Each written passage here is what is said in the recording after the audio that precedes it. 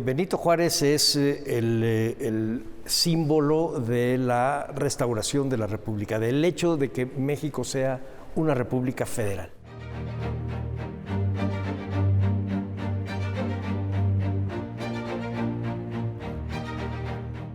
Don Benito Juárez inició en la masonería en 1847 en la Ciudad de México y aquí, en el Palacio Nacional. Consta en una placa.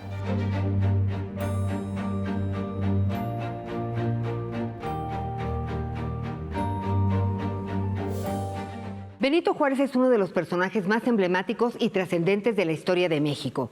Fue un gran estadista, el primer presidente indígena del continente americano. Logró la segunda independencia de México al fundar el Estado laico que acabó con la intolerancia religiosa. Estableció la mayor de todas las libertades, la de creencia y pensamiento. Como parte de las conmemoraciones por el 150 aniversario de su muerte, se inauguró el recinto de homenaje a don Benito Juárez en Palacio Nacional. Los invitamos a recorrerlo y a recordar algunos pasajes de su vida. Bienvenidos a Hagamos que Suceda.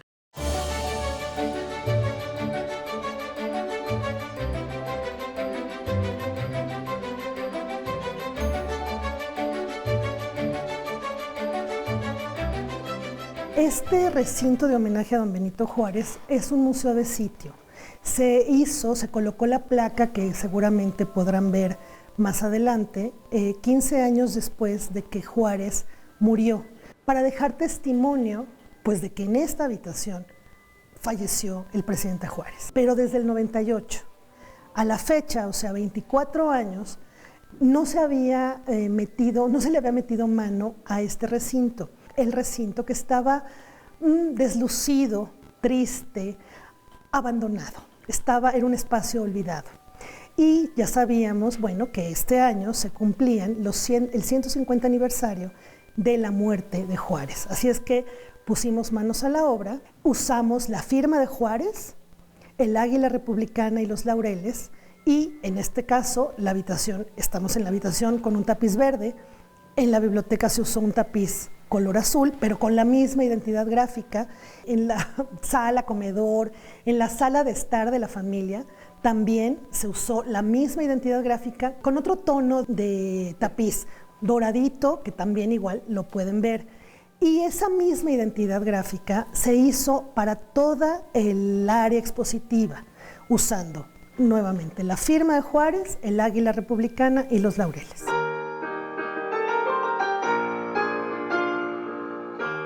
Algo que quisimos nosotros mostrar aquí en el recinto a Juárez fue esa dimensión personal, íntima, familiar de don Benito Juárez. Esa es una parte muy importante de este recinto.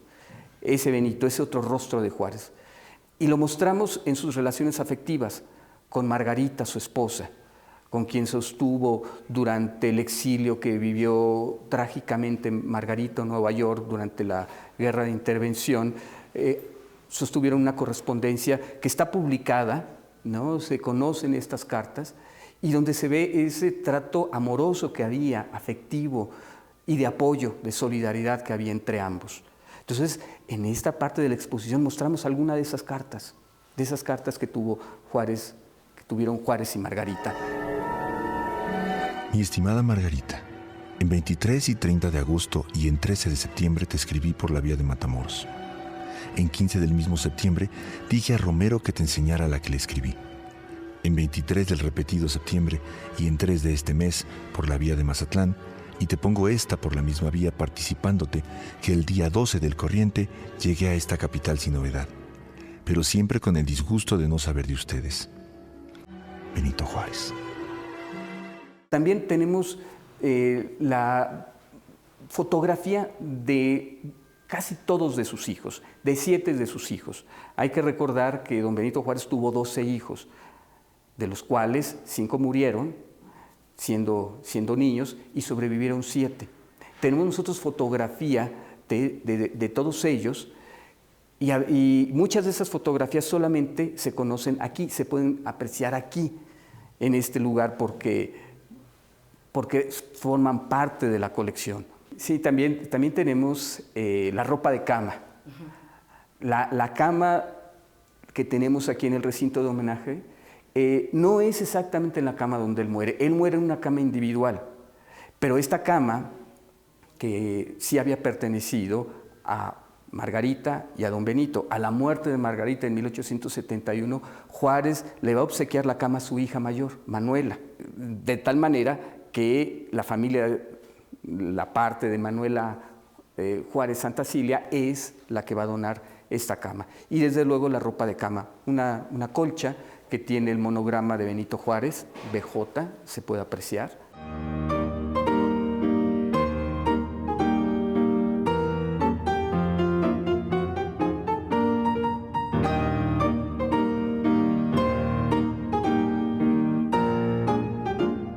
Benito Pablo Juárez García nació el 21 de marzo de 1806 en un poblado de indígenas zapotecos, San Pablo Guelatao, Oaxaca.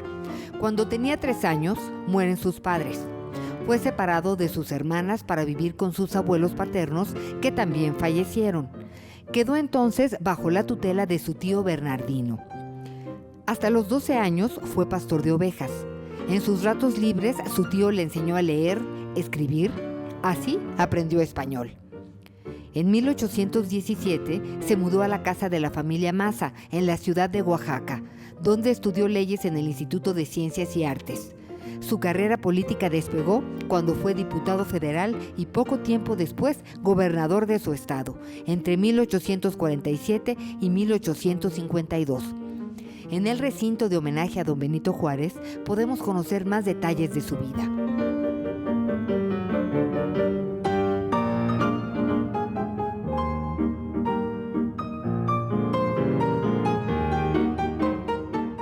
Son 4 núcleos temáticos. El primer núcleo temático es el más grande y es el que nos habla de Benito Juárez, su vida y su obra. Empieza con una línea del tiempo en 1806, que es cuando él nace, hasta 1872 que él muere. Y se van resaltando en esa línea del tiempo algunos aspectos de su vida. El segundo tiene que ver con todas las ambientaciones. Insisto, la sala, el comedor, la recámara y la biblioteca. Y después nos vamos a Juárez, su legado. Todo lo que se ha hecho, digamos, alrededor del presidente Juárez, no solo de su legado, sino de las imágenes y de la figura, de cómo se ha exaltado la figura de Juárez desde todos los ámbitos, en billetes, en monedas, en timbres postales, en libros de texto gratuito.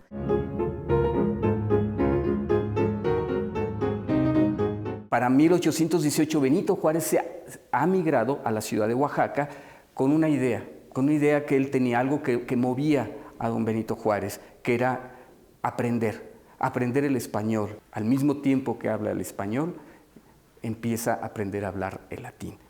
Y desde luego eso marcó su vida. Eso lo llevará finalmente en 1828, regresando a las fechas 1828, a estudiar en el Instituto de Ciencias y Artes de Oaxaca, donde se va a titular como abogado. Otra fecha muy importante, desde luego, fue en 1848, cuando se hace por primera vez gobernador del estado de Oaxaca, después de haber tenido ya una carrera de ascenso político dentro de su propio estado. Eso lo va a llevar paulatinamente a ocupar un lugar importante dentro de la escena nacional. En 1853, perseguido por Santa Anna, sale exiliado a Nueva Orleans. Va a regresar un año después para sumarse a la revolución de Ayutla de Juan Álvarez. Ese acontecimiento llevará a Juárez, desde luego, a después formar parte del primer gabinete liberal de Ignacio Comonfort.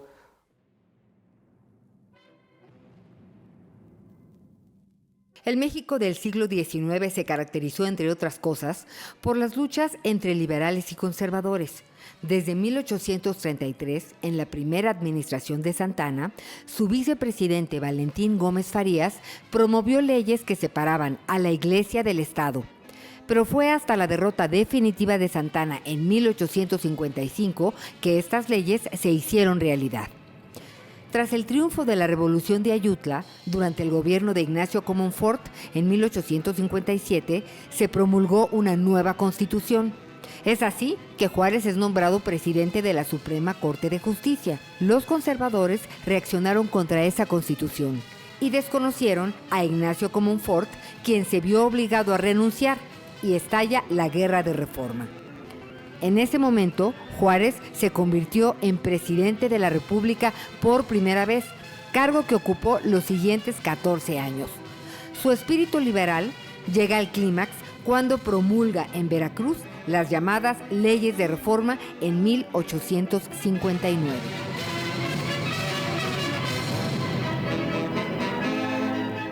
Mira, yo creo que una de estas piezas que siempre debemos presumir aquí en el recinto de homenaje a Benito Juárez es la banda presidencial. Esa banda que llevó, no sabemos si durante esos 14 años, pero sí la llevó. Y él siempre la portó con mucho orgullo. Ahí mismo donde exponemos nosotros la banda presidencial, tenemos el último retrato que se pintó a don Benito Juárez por el pintor José Escudero y Espronceda, donde él lo retrata con la banda presidencial, con su levita, para mostrar a Juárez con esa autoridad civil que para don Benito Juárez era muy importante. Empieza a crecer de una manera inusitada cuando de repente es el presidente en una situación muy particular. Es el presidente en el inicio de una guerra de reforma donde el clero y el gran capital apoya a los conservadores militarmente y Juárez se vuelve presidente sin tierra, pierde la Ciudad de México, se ve obligado a ir replegando hacia el norte, hace un tremendo recorrido, está a punto de morir en Guadalajara, en un golpe militar local, sale de México por el Pacífico, da la vuelta al Canal de Panamá, termina en Veracruz se fortifica y desde Veracruz dirige a la República en la Guerra de Reforma.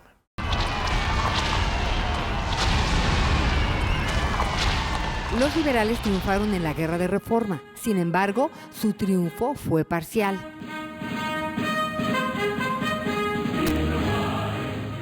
Juárez, al final, o acabado de terminar la Guerra de Reforma, regresa a la capital, después de andar recorriendo también varios estados, y se encuentra con un grave problema. No hay dinero. Las arcas del país están totalmente vacías.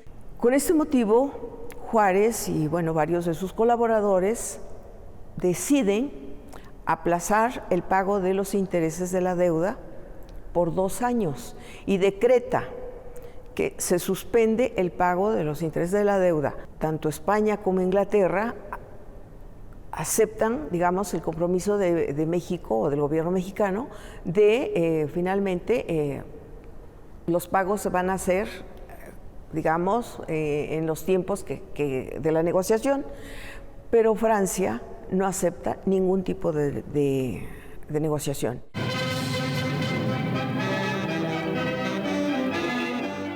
Va a ser Juárez el presidente de la República confrontada militarmente por el que se llama el mejor ejército del mundo en Puebla.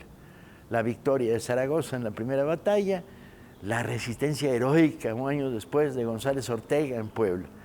Y luego la ciudad cercada y Juárez nuevamente al camino y a la carretera, huyendo del peligro de que los conservadores lo atrapen y lo asesinen.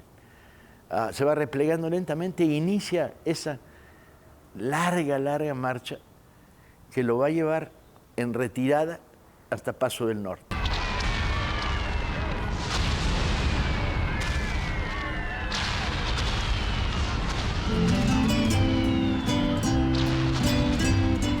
Con la intervención francesa y la llegada de Maximiliano como emperador, Juárez no renunció a su cargo. Recorrió nuestro país a bordo de este carruaje.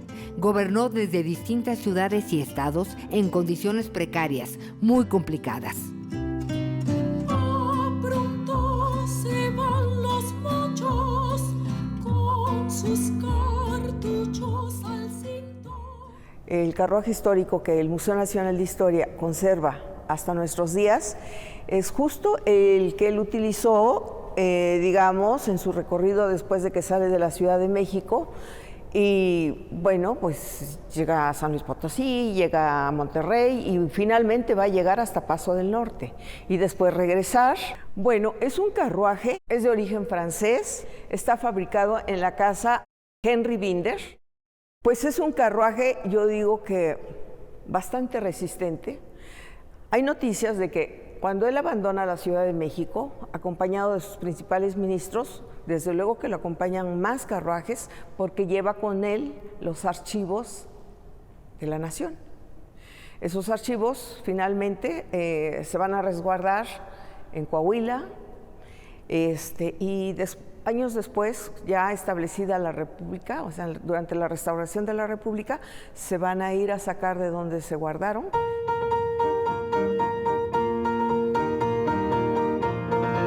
El imperio duró de 1864 a 1867, año en el que fue fusilado Maximiliano. México salió victorioso después de haber derrotado al poderoso ejército francés y sus aliados. Fue entonces cuando Benito Juárez regresa a la Ciudad de México. El 15 de julio de 1867 hizo su entrada triunfal. El pueblo lo recibió con flores, vítores e innumerables muestras de cariño. Muchos países también reconocieron el triunfo y se le proclamó benemérito de las Américas. En aquella celebración, Juárez anunció el fin de la guerra y en su discurso emitió su famosa frase: entre los individuos como entre las naciones, el respeto al derecho ajeno es la paz. Ese es uno de los más importantes legados de don Benito Juárez, porque habla de la libre autodeterminación de los pueblos. La defensa, la resistencia que él encabezó contra la invasión francesa marcó un principio de nuestras relaciones exteriores. Es lo que también actualmente se conoce como la doctrina Juárez.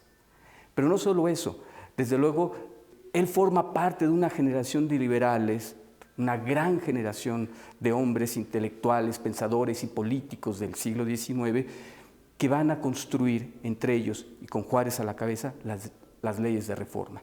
Estas leyes que marcan la separación de la Iglesia y el Estado y que hoy forman parte de nuestras instituciones, de nuestra vida pública y también de la ética personal de los ciudadanos.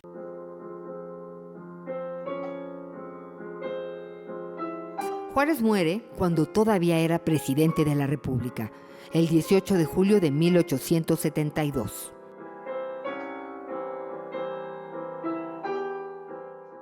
Pero don Benito ya venía padeciendo de enfermedades cardíacas desde hacía ya 2 años antes, ¿no? Una angina de pecho, venía padeciendo de ello. Don Benito no pensaba que se iba a morir porque había superado diversas crisis que había tenido por esa angina de pecho, pero ya fue definitiva y absoluta la crisis en ese año de 1872. Y finalmente, ¿no?, a las 11:30 de la noche, fallece don Benito Juárez, en presencia de su médico, en presencia de algunos ministros, embalsama su cuerpo y se extrae la mascarilla mortuoria que nosotros exponemos aquí. Su cuerpo fue velado en el Salón de Embajadores de Palacio Nacional, donde estuvo expuesto a lo largo de 3 días al público, para después trasladar su cuerpo en un gran cortejo fúnebre al Panteón de San Fernando, que es donde reposan sus restos.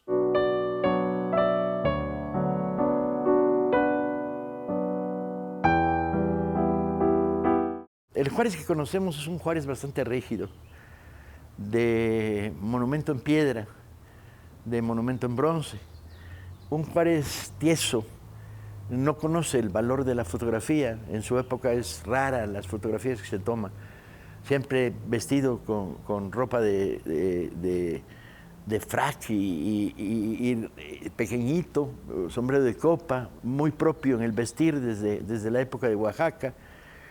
Pero no es así. El Juárez que conocemos en la marcha hacia el norte hasta terminar en Paso del Norte es un Juárez al que le gusta bailar, que tiene gran aprecio por las canciones populares, que llega a Chihuahua sin un peso en el bolsillo, y cuando las damas de Chihuahua le dicen: señor presidente, lo queremos invitar a un baile, tiene que intervenir Guillermo Prieto para decir: no puede, porque trae las botas llenas de agujeros. Y las damas le regalan unas botas al presidente para que pueda bailar, y baila 11 horas.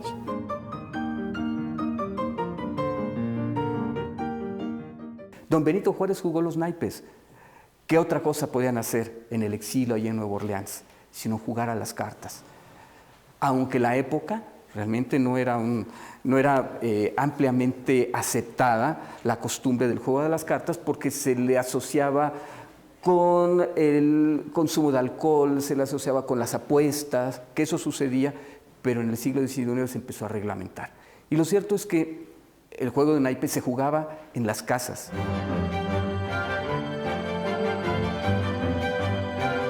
En realidad la figura de Juárez ha sido importante todo el tiempo. Es de las pocas figuras de nuestra historia que, siendo vivo, ya era respetado, pero también atacado. Era un hombre luchador, y como todo luchador tenía que ir a veces a contracorriente, y venció.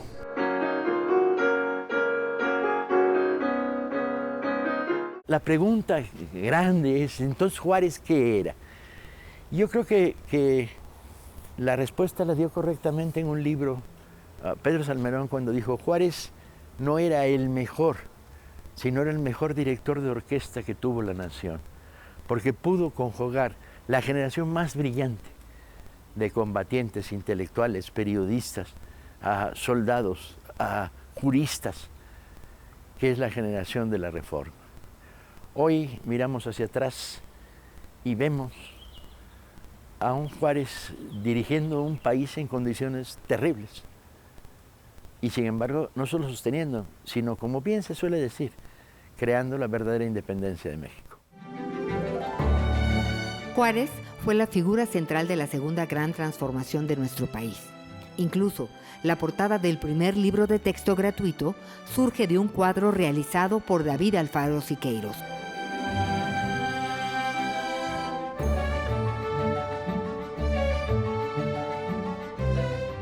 Sí, este cuadro de David Alfaro Siqueiros lo pintó a propósito de los primeros libros de texto gratuito de este país, esos libros de 1960.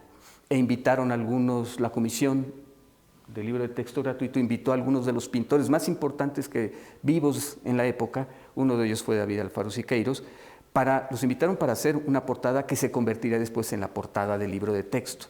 Entonces, los primeros libros de texto gratuito de la SEP, y lo que hizo David Alfaro Siqueiros fue mostrar las tres revoluciones, los tres grandes momentos, diríamos hoy, las tres grandes transformaciones de la historia de México desde su independencia personificada en la figura, en el rostro de Miguel Hidalgo, don Benito Juárez, que encabeza y encarna la Reforma, o lo que también en la época decían la segunda independencia de México, y desde luego la figura emblemática de Francisco I. Madero como el iniciador del movimiento revolucionario de 1910.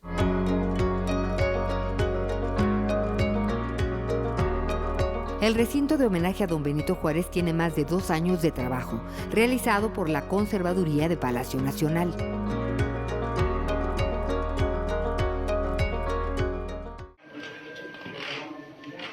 Empezamos en septiembre del 2020.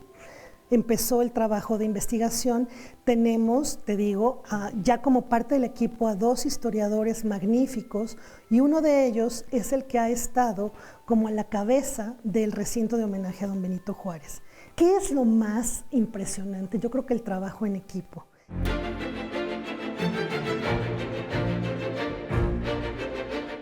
La exposición consta de más de 600 piezas. La mayoría de estas pertenecen a la colección del recinto de homenaje a Benito Juárez, pero en esta nueva curaduría nosotros, para complementar, pedimos algunas piezas prestadas para fortalecer, robustecer el discurso museológico que queríamos nosotros transmitir. La llamada silla presidencial, que fue una silla que se le obsequió a don Benito Juárez al triunfo de la República por la Escuela de Artes y Oficios para Hombres. Don Benito Juárez sabemos que nunca se sentó en esa silla. Sin embargo, la silla quedó como un legado patrimonial. Todas esas piezas fueron donadas por sus descendientes. Son chalecos, alguna corbata, relojes que pertenecieron a Benito Juárez, que le fueron obsequiadas, algunos de estos relojes por su yerno Pedro Santacilio, un cubano que conoció en su exilio en Nueva Orleans. Las puertas del recinto de homenaje a don Benito Juárez están abiertas para que las personas que deseen venir a visitarlo acudan. Lo que hay que hacer es mandar un correo a visitas-guiadas@hacienda.gov.mx, que ahí nos digan cuándo quieren venir, a qué hora y cuántas personas son, y con mucho gusto los atendemos. De lo que se trata es de darles la visita guiada y atenderlos de la mejor manera.